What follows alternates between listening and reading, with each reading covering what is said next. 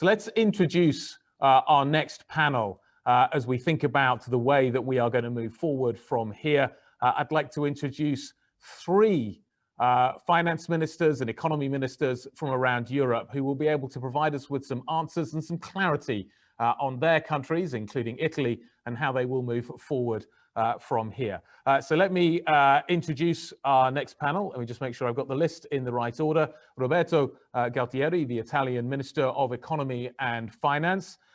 Nadia Calvino, the Spanish Minister of Economy, Economic Affairs, and crucially, digital transformation as well. And Pierre Gramegna, the Luxembourg Minister of Finance. All welcome. Thank you for your time this morning. We all greatly appreciate it.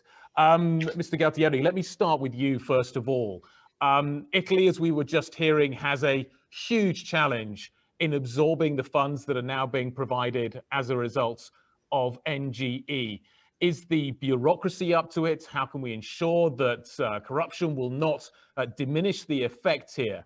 And have you already made your application for the funds? How are you all going to ensure that these funds are used effectively? Mr. Gualtieri, over to you.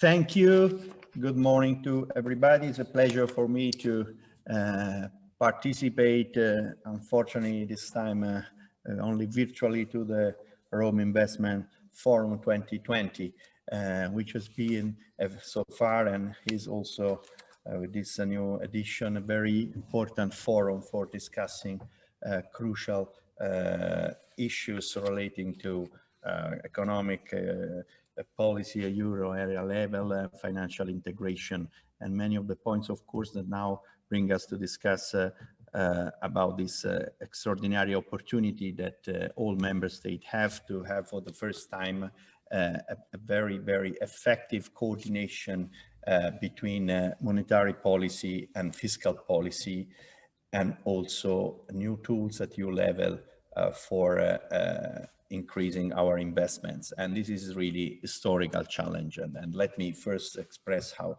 my satisfaction for the agreement reached at European Council, and now for the concrete opportunity to implement a plan which has been discussed many times during also previous edition of Rome Investment Forum. And of course, now that we have the political agreement, we will have, of course, now some weeks for the conclusion of trilogues and legal implementation. But we all know now that we have the opportunity to start without delay this next generation EU plan, and it's up to member states to show that we all are adequate to this challenge. And of course, for Italy, the test is particularly relevant for a number of reasons, because Italy has been among those asking for this kind of policy innovation since the beginning, because we are in absolute size, not in relative actually, but in absolute numbers, the biggest, those who receive the highest amount of resources, including the grants component that is extremely significant, but also the loans one. And we are among the few, I think, or the only, I'm not so sure, that will use also part of the loans for additional investments.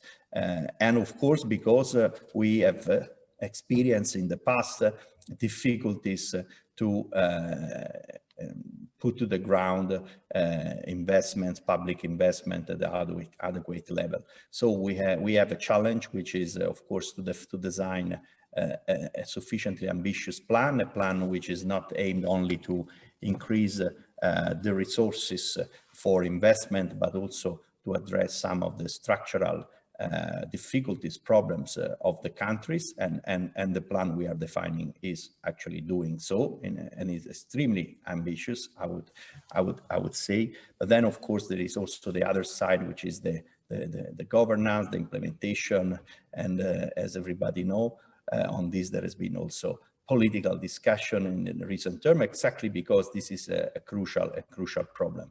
And I think what we have to do is to use this recovery plan as an opportunity, not only for spending the money, also because, as everybody probably know, this program is really peculiar, because the country will receive back the money not only if the resources are spent, but also if the goals, the targets are reached.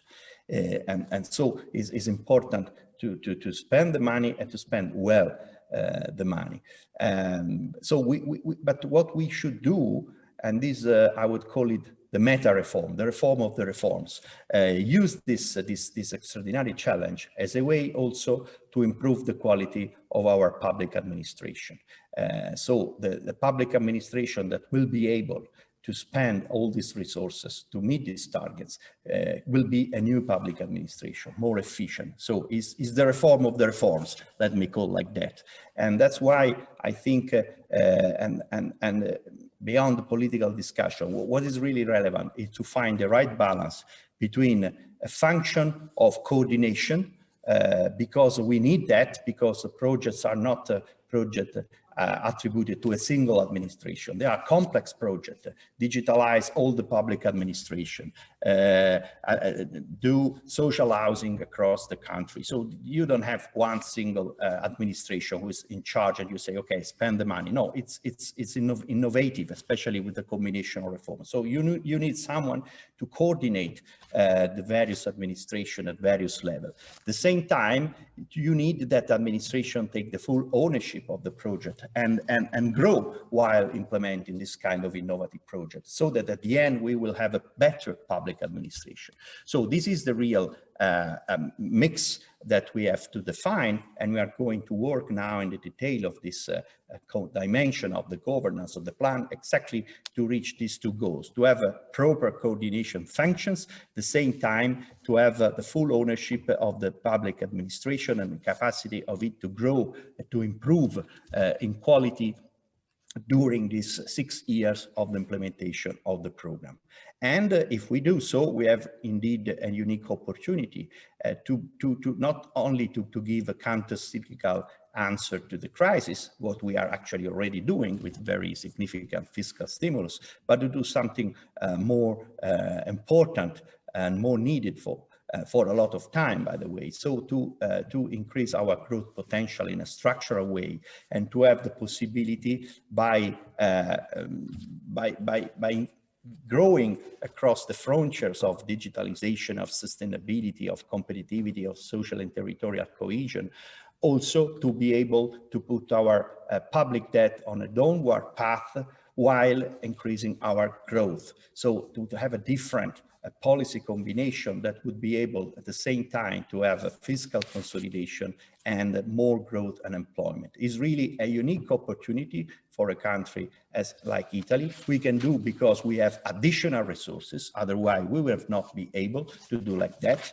And we have in our fiscal trajectory, we have presented this kind of a curve, which is extremely, would be, I think is prudent in the way it is designed, because while we plan to increase in a very significant way our public investment, we have a prudent multiplier. And so we plan to have at the end to deliver a real GDP level increase of 2.3 percentage points, which is prudent. Actually, we could do even better if we are able to implement properly all this investment reform. And we are not counting in our projection the reform component of the investment. So we could do actually better. But even with our prudent number, we would see really a structural change of the Italian economy. From the fiscal side, from the productivity side, and also the possibility to address some of the problems that we are having for a lot of time. And indeed, the one of modernizing our public administration is the number one. Okay. Just before I jump in with Minister Calvino, can I just ask, have you made the application yet? And if not, when do you expect it to be in by? When will we see the details of what Italy is going to do? The application means to present the full-fledged plan, which will be a very, very huge documents. So we have now presented a broader version of the plan that we have are going to discuss among ministers and then present to the parliament, which will contain all the various missions and clusters and components and projects. And we are working in stricter contact with the Commission on each of the projects, which are very huge amount of paper, because in each of the projects, so we will present the final a long version of the plan. The short, let's say, one will be ready soon. The long version will be presented in time, beginning of next year, to the Commission according to the deadline, and will be huge, because it's a huge program, of course, more than 200 billion of investment and reform. Each project will be detailed. We will not have many projects at the end. We will merge projects, is big cross projects. So at the end, we will around 60 projects, huge projects, and very, very defined with different components, and each of the project will be a significant element with concrete components, target, milestones. So is a very huge work, but we are going to be ready in time and to have, I think, one of the most ambitious plan in Europe. Roberto Gualtieri, thank you. We'll be back in just a moment. Let me turn now to Nadia Calvino of Italy, of Spain. We've done Italy. Let's move on to Spain. Sorry about that. Let's talk a little bit about the opportunity that you see, Minister Calvino. Is Spain ready? When will we see your application? And how are you going to ensure that these funds are used effectively? Where are you going to be spending the money? Yeah, thank you very much, Guy. Thank you very much for the invitation. And this is, I think, extremely timely as we approach the end of the year. I'm going to make 4 points, complementing what Roberto has said and in reply to your question. I think, obviously, the first thing we need to do in order to have a strong recovery is preserve as much as possible our economic tissue and jobs. And that's what we have been doing since March. I have to pay tribute to the ECB, who is making a very significant contribution to financial stability this time around, and to the European response more broadly, which has also given us a very good framework to work and to respond to the pandemic. Now, what we see is that the measures we have implemented since March, which have been quite coordinated with other European countries, have allowed us to have a very strong growth in the third quarter, which was by no means a normal quarter. We had already the second wave in Spain, no international tourism, and nevertheless, the Spanish economy grew by more than 17% on the third quarter. Employment data allow us to also have a positive forecast for the fourth quarter, and that is a very important point of departure, isn't it, for the recovery? We are preserving our economic tissue so that when we finalize this hibernation phase, we can have a strong growth in 2021. Second point is, what are our priorities going forward? Well, right now, priority number 1 is controlling the pandemic. The numbers are good. It looks like we're on a downward trend. Of course, Christmas is a challenging period, but we need to continue to put this as priority number 1 as we reach out and we start vaccinating our populations. Priority number 2 is adopting the budget for 2021. Which we hope to get adopted in the coming days. That is a very important milestone for Spain, because until now we were implementing an extended budget for that was adopted in 2018. So imagine, we needed to really have a legal document and a fiscal framework that would allow us to start deploying the recovery plan. I want to emphasize this because in order for us to implement the recovery plan, first thing we need is to have a budget for 2021, and that's going to be adopted in the coming days. And priority number 3 is finalizing the National Recovery, Transformation and Resilience Plan. This brings me to my third point. Well, we have already published a first outline of the recovery plan on October 7th. Which put on the table the 4 top priorities or axes that we will be following. That's green transformation, digital transformation, gender equality, and cohesion and inclusiveness. These are the 4 top priorities or objectives of the plan. we will have 10 levers for the transformation of our economy and 30 components of reforms and investments. This has already been published. It's well known by investors and economic operators. Actually, the publication of the draft plan of the plan has already mobilized a huge interest and a very positive energy, I have to say, on the part of the private sector, presenting projects, thinking about reforms, and that's extremely positive, I think. 37% of investments will be directed to the green transition, 33% to the digital transformation of the economy.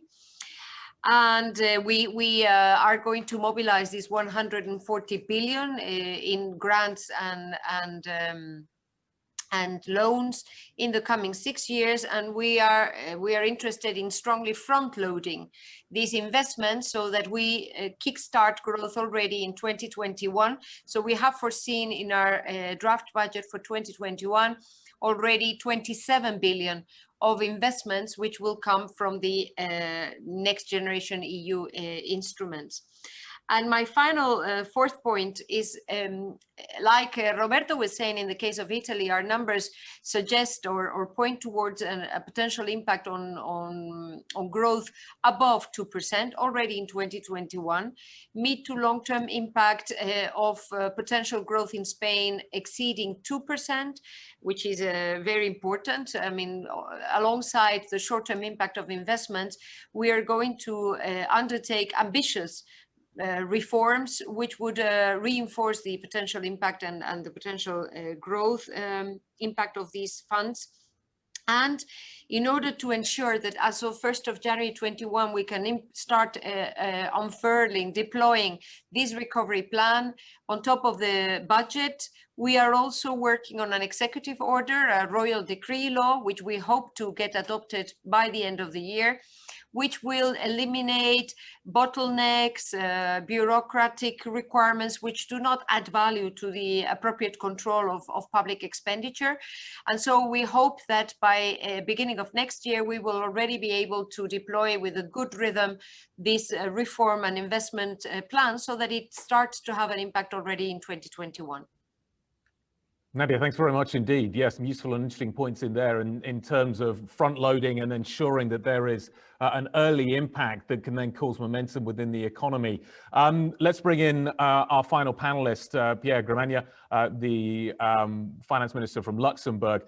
Pierre, good morning. I'm curious, how much money is Luxembourg going to be receiving? How will you be deploying it effectively?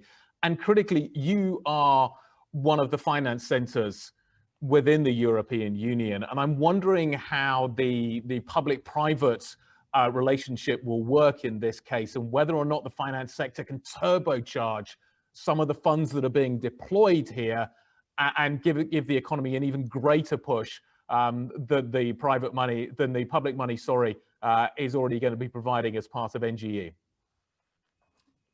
Thank you, Guy Johnson, for inviting me and for moderating. Buongiorno a tutti in Italia. Buongiorno a Nadia, buongiorno a Roberto. Avrei voluto essere presente come tutti gli anni precedenti, però quest'anno ovviamente dobbiamo farlo in modo digitale. Adesso passo alla nostra lingua comune, l'inglese. Yes, Guy, your question turned to me was a little bit of another nature than the question you asked my two colleagues of the Eurogroup, and rightly so. Before answering more specifically on Luxembourg, let me tell you that I think it's really important that we acknowledge what is happening in front of our eyes. I mean, let's not take for granted what has just happened. In fact, if last week our prime ministers would not have agreed on the last hurdles of the Resilience and Recovery Fund, the first question of yours today would have been, well, is Europe going to deliver? And now we know that we're going to deliver, and that we're going to deliver fast. And we should acknowledge that, and acknowledge that it's the finance ministers starting in April of this year that had really triggered this move of solidarity, which was, to a certain sense, unexpected and necessary nevertheless, but very few people were believing that was possible. Our country was one of 9 writing to the EU Commission President and to the EU Council that we needed solidarity in this symmetric crisis that we are all living through. Symmetric in the sense that the virus is hitting us all and that we all have consequences. Now, you asked me what we are going to do with the recovery fund, which plans we're going to send in.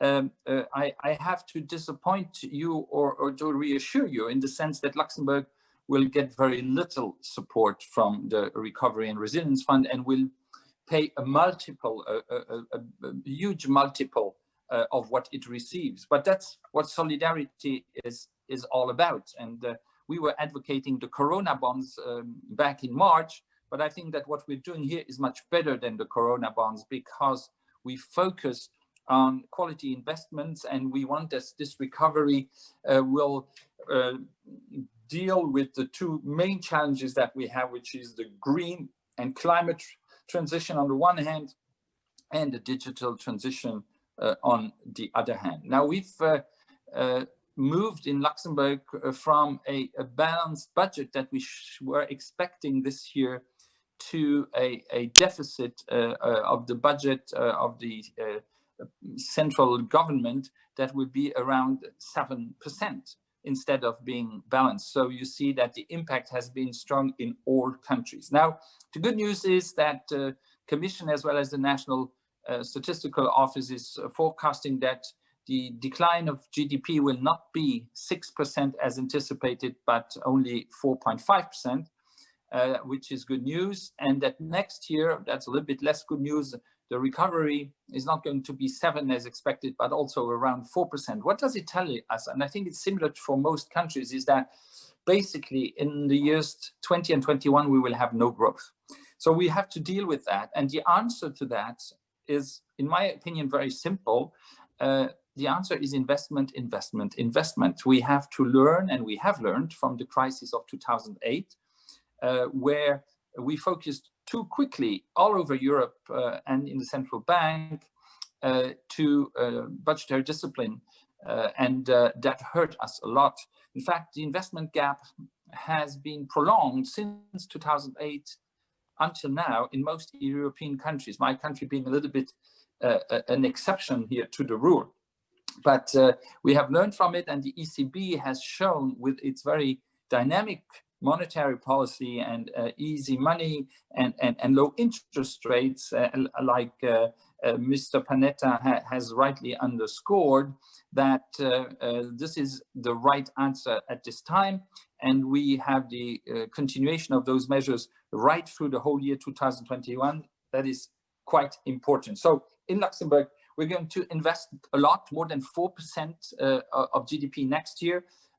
We have had even 5% of investment this year, which explains also the huge deficit, because we wanted to help companies reduce the potential risk of unemployment by having short labor scheme, and by obviously having generous subsidies for the companies, quite similar to what has been done in many countries, very close to what has been done in Germany, to give an example. Now, you asked me the question and the role of the financial center. Well, obviously, it's key. And here also we have a huge difference with 2008, which comes from the fact that back then, the crisis was financial first and became economic afterwards. The banks were the problem. Today, they're part of the solution. Non-performing loans are far lower in most European countries, so banks can act, can be a relay and transmit credit based on the fact that the central bank has a very generous policy towards the banks themselves.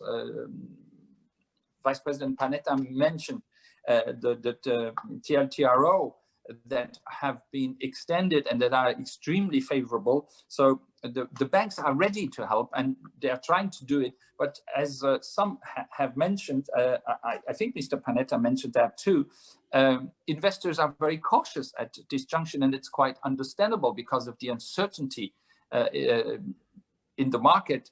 And I like the image that was used, that we see the light at the end of the tunnel because the vaccines are coming and are coming fast, but we still have to cross the tunnel. So let's make that tunnel as short as possible. And so let's make sure that the private sector can play the role it has to play. We have an investment fund industry here that is very lively. It's the largest investment fund place in the world after the United States. And obviously, this is also a channel how to bring the money to very productive and added value projects. In conclusion to your first question, I would say that it is key that also in the world of finance, we insist on sustainability. So we should not only talk about sustainable projects, the ones of the dual transition, the twin transition that I mentioned before, green and climate on one hand and digital, but also make sure that we invent a new world of finance that is built on sustainability. That means social bonds, green bonds, sustainability bonds, because that will that's the only way how we can become more productive and reach the ambitious goals of the Paris Accord. Absolutely. And that looks like it's going to be, as you say, such a critical part of the process going forward. Digitalization and sustainability, two key planks of the program. Roberto, this is clearly a big step forward for Europe, and it is clearly something that has been generated by the pandemic. Nevertheless, questions are now being asked about whether or not this is something that should become a permanent feature of the toolbox in Europe, whether or not this is something that should be something that Europe continues to deploy. So my question to you is, do you think that is the case? And do you think that will be required to make sure that Italy's debt is sustainable on a more medium-term basis? I think that would be appropriate to make this new feature of conducted common economic policy and financing investment permanent would be a wise choice. I understand that now that we are testing this innovation, other members would first like to see, okay, how are you using these resources? Is this really something that would be beneficial for each country, for the Europe? I think this is the case. So I think that as a result of this, of the success that I expect from Next Generation EU, it will be realistic to make it permanent or with some adaptation.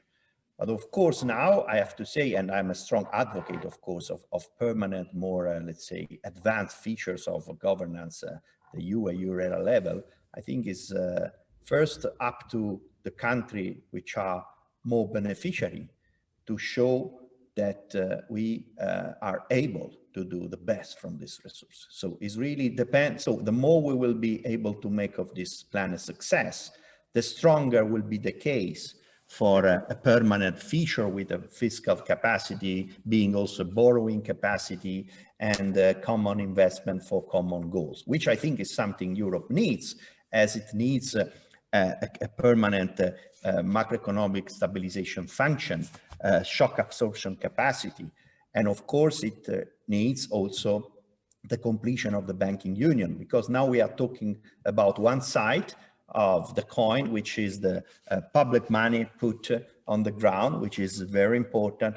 But we know that we have also to mobilize private investment. And of course, this Next Generation EU will also be channeled in order to leverage and mobilize private investment. But we also need to do progress on the side of financial integration, which means capital markets union, banking union, financial regulation, and because we have a lot to do and to complete our construction.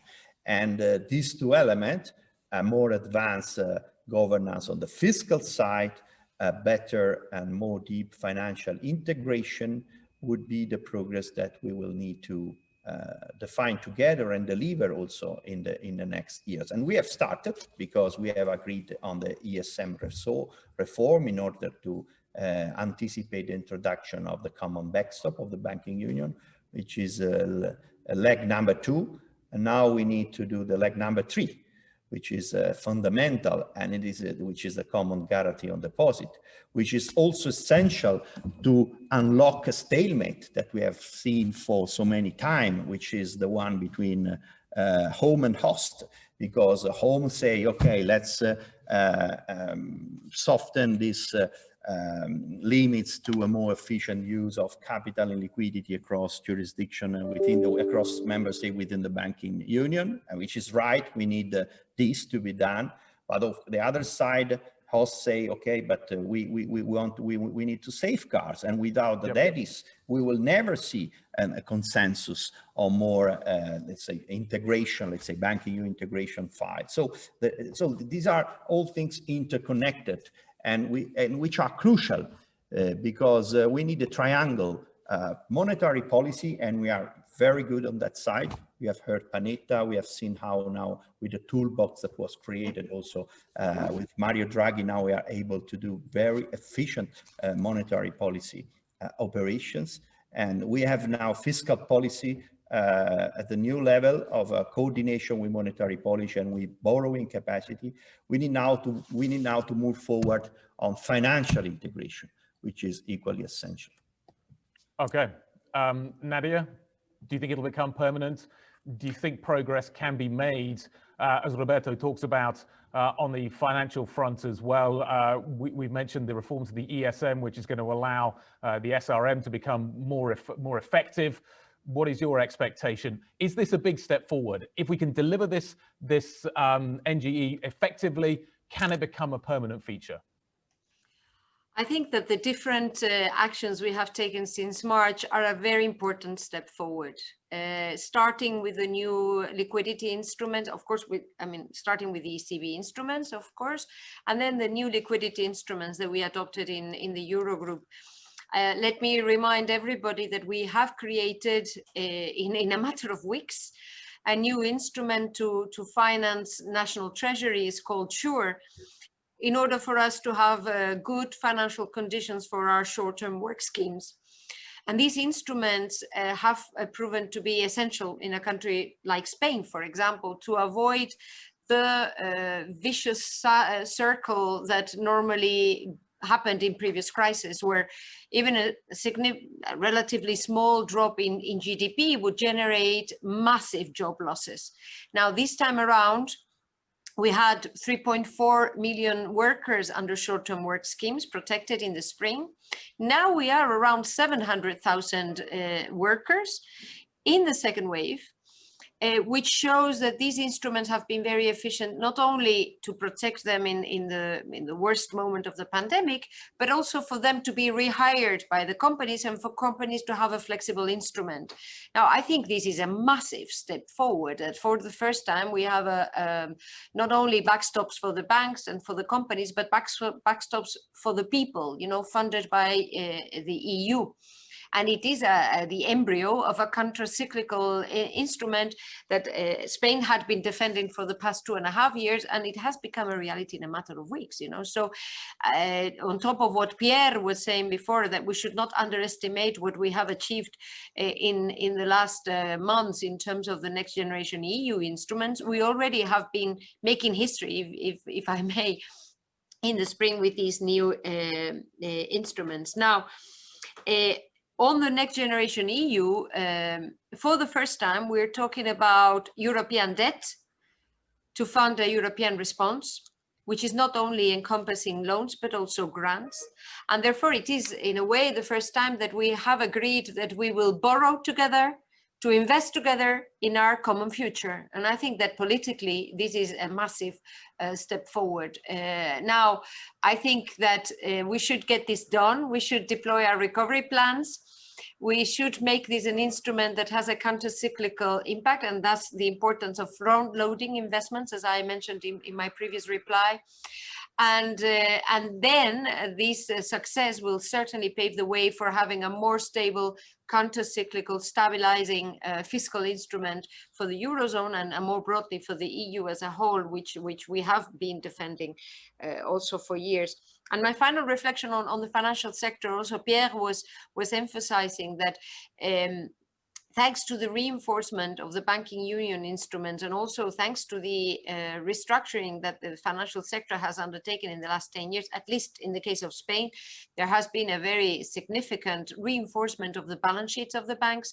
And that has allowed them to play a constructive role this time around. We have been able to channel our public guarantees through the financial sector, mobilizing more than 112 billion euros in credit, mostly to SMEs and to self-employed workers. And I think this has also proven to be absolutely crucial to protect the economic tissue in the wake of the pandemic, and therefore to protect a basis on which we can build the recovery, as I was mentioning a moment ago. And I certainly think that the financial sector can also play an important role in channeling the new instruments for us to have sufficient degree of capillarity, throughout the whole territory, and to reach SMEs and citizens throughout the whole country. And we certainly need to leverage our capacity to act on the basis of public investments to mobilize private investment, which will certainly have to be mobilized in huge amounts in order to undertake the green transition and the digital transformation. Thank you, Nadia. Pierre, let's continue the conversation then and get your perspective on this. Nadia, mentioning the challenges that are faced and the fact that we can see the public and private working together in the finance sector, providing the transmission mechanism for making that happen. Nevertheless, as you pointed out just a few minutes ago, you are going to be contributing more to this than you are going to be taking out. I'm curious to get your country's perspective, therefore, on whether or not this is simply a one-off. Simply, this is a response to a challenge, and then we will revert. The sense seems to be thus far that we shouldn't waste the crisis, that we should build infrastructure and architecture that is going to allow Europe to progress even further and not to waste this opportunity. But what is your perspective on this? Was this a one-off? Or is this something that becomes a permanent feature of the landscape? Well, I think this is a very interesting question that comes far too early. And this is typical of Europe and typical of how political life is today. Here we're talking about a program, a solidarity that will extend over the next 6 to 7 years. And you are asking me, and others are asking me, what's going to happen after that? Now, frankly, always projecting suggestions in the future it is really not what we need to discuss right now. What we need to discuss right now is how together in the European Union we're going to come out of this pandemic and economic crisis stronger and reducing the differences, the wealth, the GDP's differences between countries. And I would like to dwell on that and concentrate on that. Roberto rightly said, it also depends on how all the countries deliver. Now, if the countries use these funds well, they will stimulate their growth, they'll be more productive, and they will, for those who are below the average of the EU, reach that average and maybe become stronger. So that's how I would like to see it. Like we're in a crisis here together. Let's all grow stronger out of it. Let me also underline, like Nadia has said, we have done something this year that I think most people haven't really grasped. I mean, common lending on behalf of the EU. If you had told me that in January, I would have told you and the ones that listen to us that you are a dreamer. And I myself, I'm a born optimist. I would have doubted that we are capable of doing that, and we delivered on that. Now we have these subsidies, which is more than half of the support package of Next Generation EU and Recovery and Resilience Fund. Spectacular amounts of money that need to be spent well, productively in the dual twin transition that I mentioned, and we must obviously have a good governance there in all the countries. What is not being underlined right now, and it's probably too early, is that if we want these features to become more permanent, if ever, we must focus in the future on those investments that are cross-border, those investments that are beneficial to all, because solidarity means obviously that those who are wealthier finance more, as is happening right now. But then you must also in return see the benefits for yourself. So I think of infrastructure projects, I think of digitalization, lots of things that we could do together with those investments. I think the cross-border aspect has not been in the focus. It was also too early to focus on this, but I really recommend that. And last but not least, I'd like to recommend, for example, to really look at European Investment Bank, because they are really the pioneers in smart investment policies. The FC strategy, or in the Juncker plan that was implemented the last 5 years, has been a great success story. And again, here you have a kind of multilateral approach that bridges the gap between different countries, looks at things cross-border. So I am very hopeful that we will be able to concentrate more on that in the years to come. This is much more a priority than to think of what's going to happen in 6-7 years if this solidarity these transfers of funds, because that's what it is, become permanent. Okay. You are all extremely busy, and as we've already talked about, the opportunity is absolutely enormous. I certainly wish you well in this venture. It looks like a huge opportunity for Europe moving forward from here. I just hope that it can be delivered upon in the most effective and efficient way. Thank you all so much for your time this morning. It's been a great pleasure to speak with you. Roberto Gualtieri, the Italian Minister of Economy and Finance, Nadia Calvino, the Spanish Minister of Economic Affairs and Digital Transformation, and of course, Pierre Gramegna, the Luxembourg Minister of Finance. All of you, thank you very much. Thank you. Indeed. Bye-bye. Bye, Nadia. Bye, Pierre. Goodbye. Bye, Roberto. Bye, Nadia. Bye. Bye, Guy. Bye. Bye-bye. Right, let me wrap things up there. I think that that completes my part in this whole process. Thank you very much indeed, all of you, for listening, and the huge privilege of taking part in this event. So let me, on that note, hand back to the studio in Rome. Thank you very much, Guy. Thank you. We are very grateful. I think it was very interesting to hear the views of the policy world. We started, obviously, with policy makers, but we need now to bring into the picture the business world and business leaders and the important contribution that they're expected to give if we want this to really happen. We know that without the contribution of markets, financial markets, without enabling markets to play their role, we will not be able to accomplish the ambitious goals we have set.